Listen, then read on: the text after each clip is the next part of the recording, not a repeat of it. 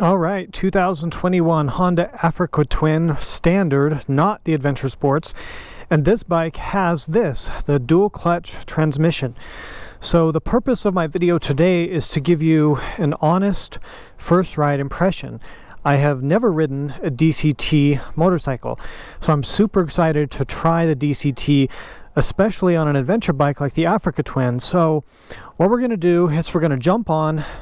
I'll give you my initial impressions of using a DCT. We're going to go on the street for a little while. Then we're going to go off-road because I want to see how this works in the dirt. I'm really curious about how it works at slow speeds because there's no clutch to feather. So I'm just kind of a mix of excitement and also being nervous at the same time. So let's jump on and let's give this thing a go. But I will say it's a beautiful bike. I really am partial to these colors. I think it looks great.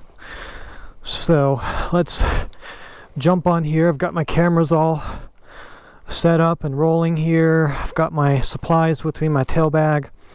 So when you first start up, so this little LCD comes on first, and the reason for that is it's some redundant information from what's on the TFT, but you see how long it takes for this TFT to start up. I'm still waiting, and then it gives you a disclaimer, and I guess you can hit OK or wait. Okay, there. Now, I have not ridden this bike, I promise. This is a legitimate first ride on this bike. It's very intimidating when you look at these controls here. There's 1, 2, 3, 4, 5, 6, 7, 8, 9, 10, 11, 12, 13, 14, 15. 15 buttons alone on this left control pad. And then here I've got a function button, the engine button. I've got a bunch more stuff here for the DCT, neutral drive, sport, automatic manual. Then I've got cruise control here. Some of this dashboard is touchscreen and some of it isn't. So it's kind of, and I don't know if it works with gloves. Oh, I changed something. Power mode, engine braking, traction control, G mode, gravel mode, and ABS mode. And then you can change riding modes by going up and down here. But when you change riding modes, it also changes your screen configuration, and I haven't figured out how to customize it yet. I did read the manual, but the manual is also very confusing.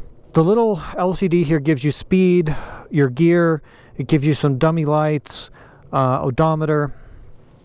So anyway, let's get going. It's also very strange, of course, to have no clutch lever. So I keep instinctively, after 20 years of riding motorcycles, reach for the clutch lever. Well, if you see this, there's a parking brake that's way out here, and the reason for that is obviously so you can't grab it and accidentally cause an accident. So it's way out here, and that has a little lock on it, so that's a parking brake, and then you disengage it. So let's go ahead and start it up. All right, so on a DCT, what you do is you've got neutral. The bike sounds good, I will say that. To shift it into drive, you simply hit D or S. Now, you can toggle between automatic and manual modes here, okay? And if you hit D, S again, it goes to sport mode. If you hold that down, you can change, there's sport 1, 2, 3. So, but you know what? We're gonna pretend we're an average person. We're going to ride it in drive, and we're going to take off. So that's my first time doing this. It's weird not having a clutch lever. So if you roll on the throttle just a tiny bit, the bike starts to roll forward. It's so strange not having a clutch. I just can't tell you how strange that is. And no gear shifter. When my foot is reaching for a gear lever, there's not one there. So like with any new technology, you know, there's going to be a learning curve. But I've been riding motorcycles so long that things are just programmed into my brain. So this is my first time with the DCT. Let's not get killed with the cross traffic here.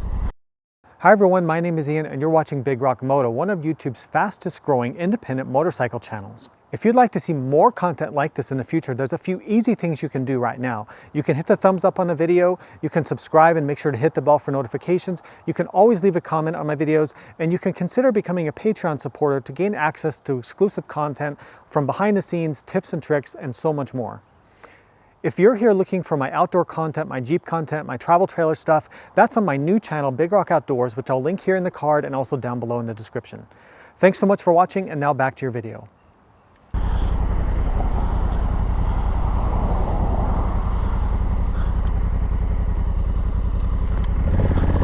Whoa, okay. Well, that's interesting. Wow. It shifts so in drive mode. It shifts so much, like I'm already in 5th gear at 30 miles an hour. It's just lugging along. Boy, that is I don't like that at all. It wants to go to a highest gear possible. 6th gear at 32 miles an hour? It's like 1800 RPM, it's just chugging.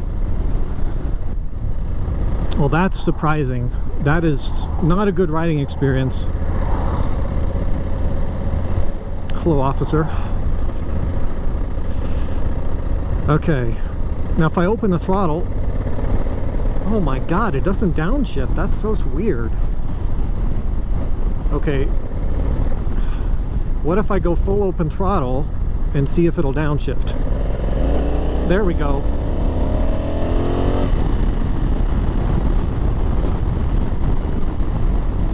Okay, I got it to downshift by doing that, but man, it really wants to be in top gear. It's just, there it goes again, 5th, 6th. See, I would never ride like that. I would never shift that soon. I guess that's why everybody says they use the sport mode. So what you can do is change to sport mode. So let's try that. Maybe that'll be better.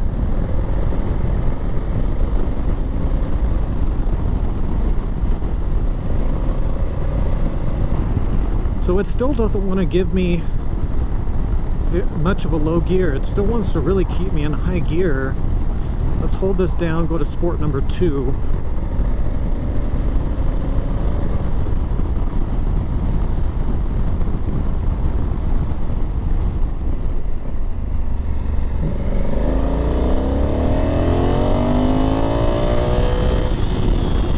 Okay, that's holding gears a lot more. Let's see what happens in a corner here. It's in 2nd gear. One thing that people complained about on the early DCTs is that they would shift mid-corner, and that was kind of unsettling. The new ones are not supposed to do that. Okay, so yeah, this one holds gears a lot more. It's in sport number 2.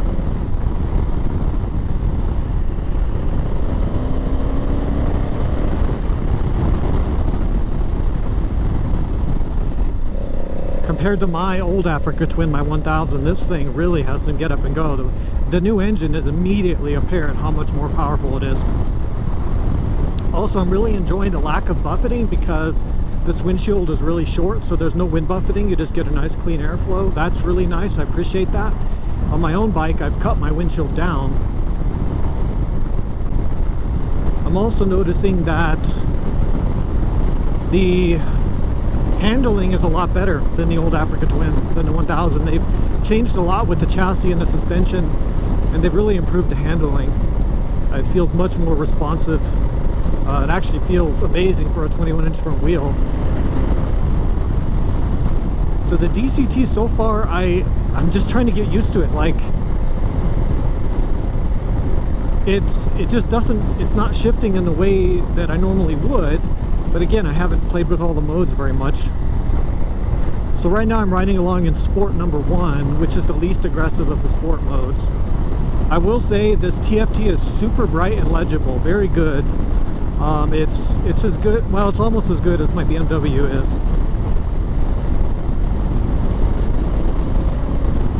In sport number 1, when you roll on, it still doesn't really downshift very much. Boy, the brakes are good. I don't know why the brakes are so much better on this than my bike.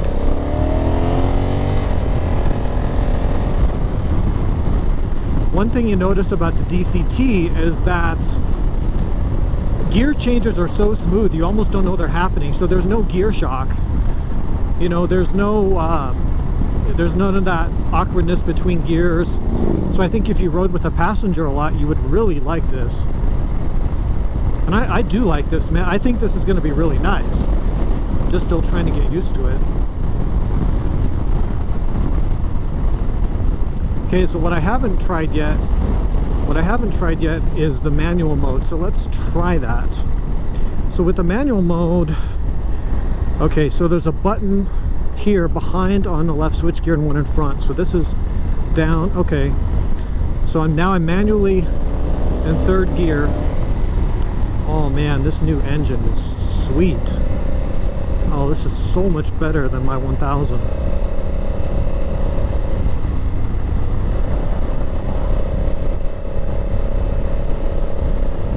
Handling is superb on this, way better than my bike.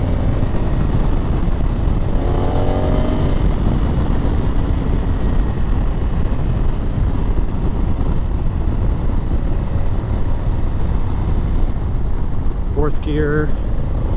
The suspension is soft, I will tell you.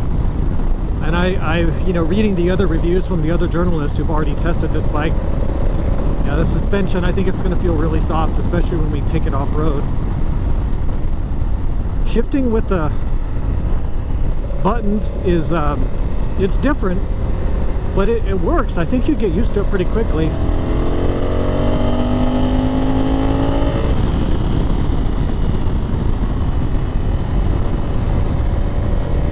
This thing feels really nice. This new engine is really good. God, those gear shifts are really smooth. You just can't even feel them.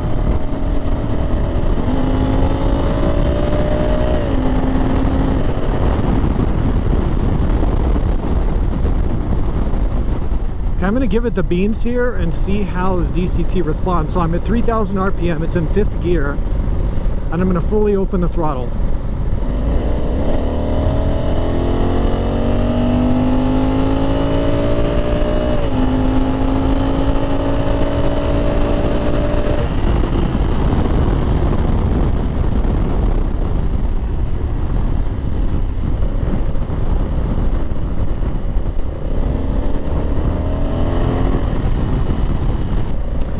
So what's interesting is that I feel like I like the downshifts a lot more. Like when you're braking, I love how smooth those downshifts are, and it seems to downshift at the right point. But my complaint so far is the upshifts are at a weird time. You know what though? Sport number 2 seems to be my favorite setting so far. Number 1 was still feel kind of laggy, and number 3 felt like it was almost too aggressive, so I like that. That feels pretty good. There is some delay when you open the throttle all the way for a downshift. It's not too much, but let me show you. Like, it's not bad, but there is a little bit of delay there. Let's try sport number 3.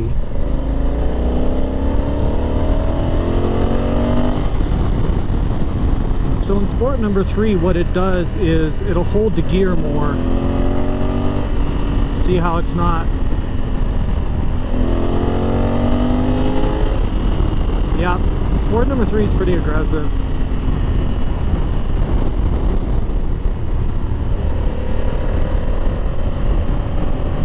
Let's try the cruise control while we're at it. So we turn that on. Set the cruise at 55.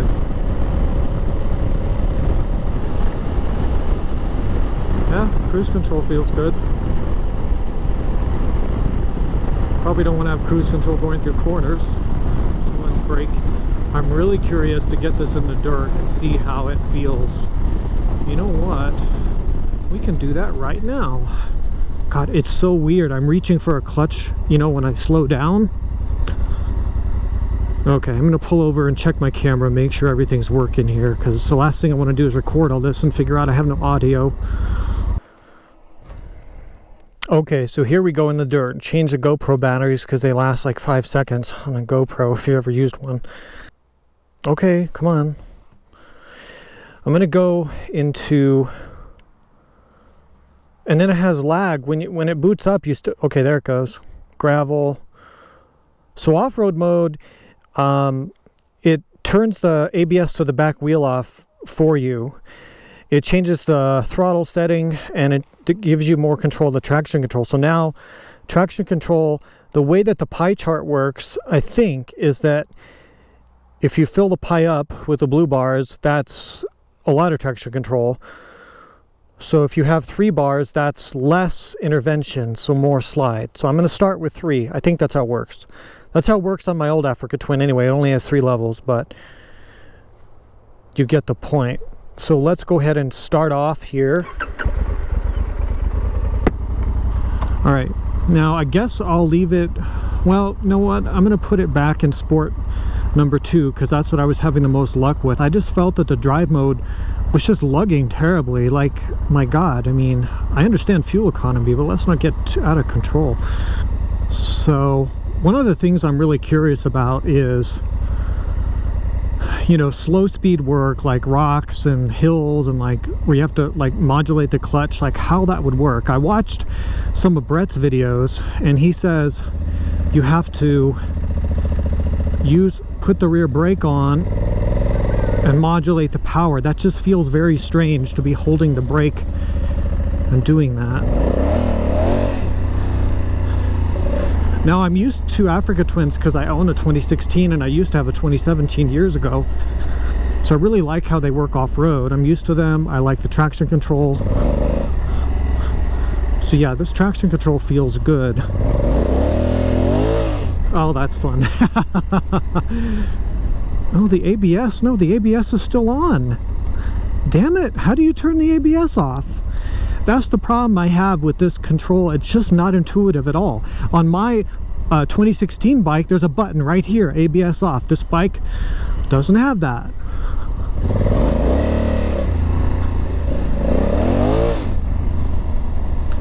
But that's okay. Well, I can live with the ABS being on.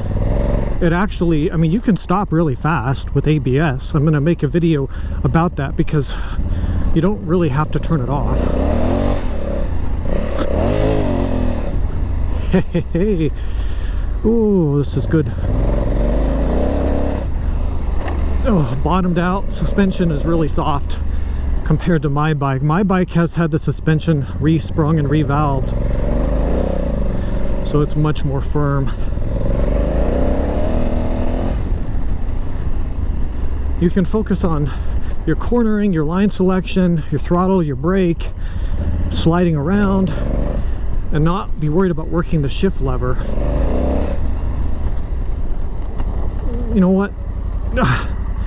Here's where I sometimes do my turnaround stuff. So let's see how this works.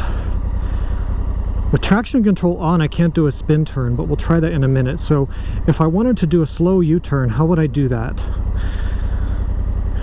So Brett said to put the rear brake on and use the throttle.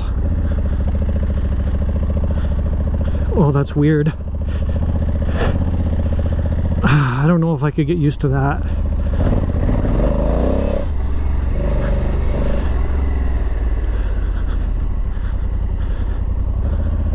I feel like, you know, I'm gonna tip over here if I'm not careful. Let's try it the other direction. Okay, so, whoa. Yeah, that's weird. Just not having the clutch to... Yeah, I had to put a foot down there. Not having the clutch to give you that slow speed control is very strange. And that's one thing, I just don't know if I like the DCT for that. But when you're actually riding at speed, man, this thing is a blast. The 3 bars seems to be about the sweet spot because you can still get a nice slide, but not too much.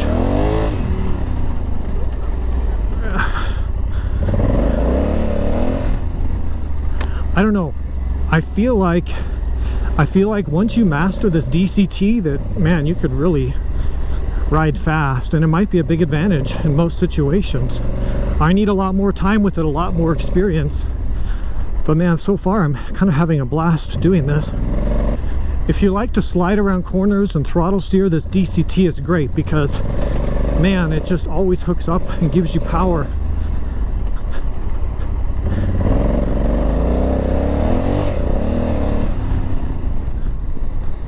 The bike feels great until you start riding fast, because then you start to feel that softly sprung suspension. It's almost like riding a computer game, because you're not with the ABS on, with the traction control, and now with the DCT, it's doing so much of the work for you. Like, it's a strange, if you're coming off a dirt bike and you're kind of an old school guy, it's going to be some strange sensations, but if you get used to it, man, you can really ride these bikes quick. And this has street tires, and I'm doing this. I mean, not that you really need knobbies for riding on hard packed dirt road, but see, I can't turn off the bloody traction control. No, I don't want to turn my volume up and down. I just want to, I can only turn it, oh Jesus.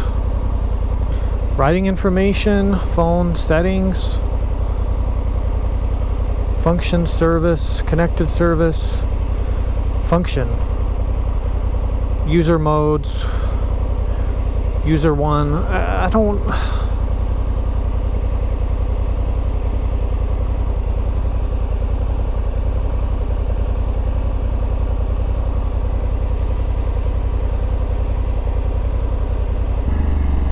so I'm going to need a lot more time in experimenting and learning to use the controls and customize the settings. I also need to firm up the suspension a little bit here as well.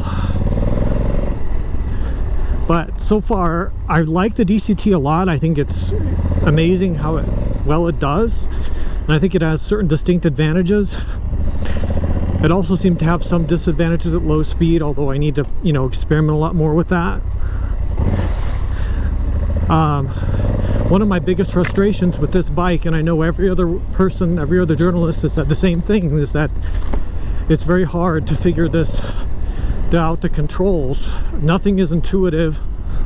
It seems to lock you into certain settings and different displays. And even going into the owner's manual, it's very difficult to decipher what they're trying to say.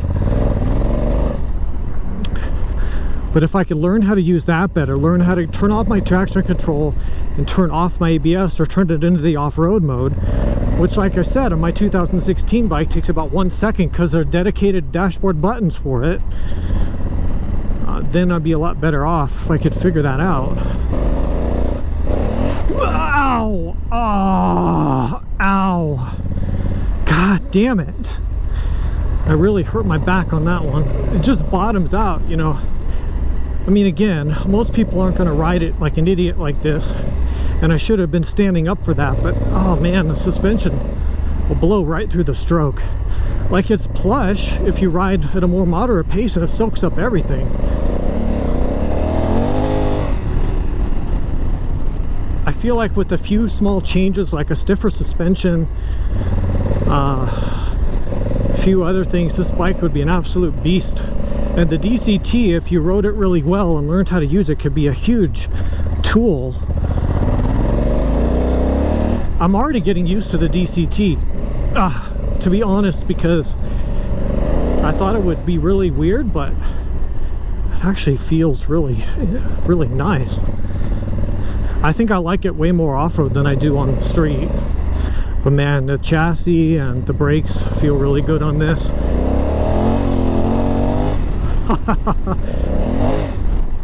Oh, this could be so much fun with good tires and stiffer suspension.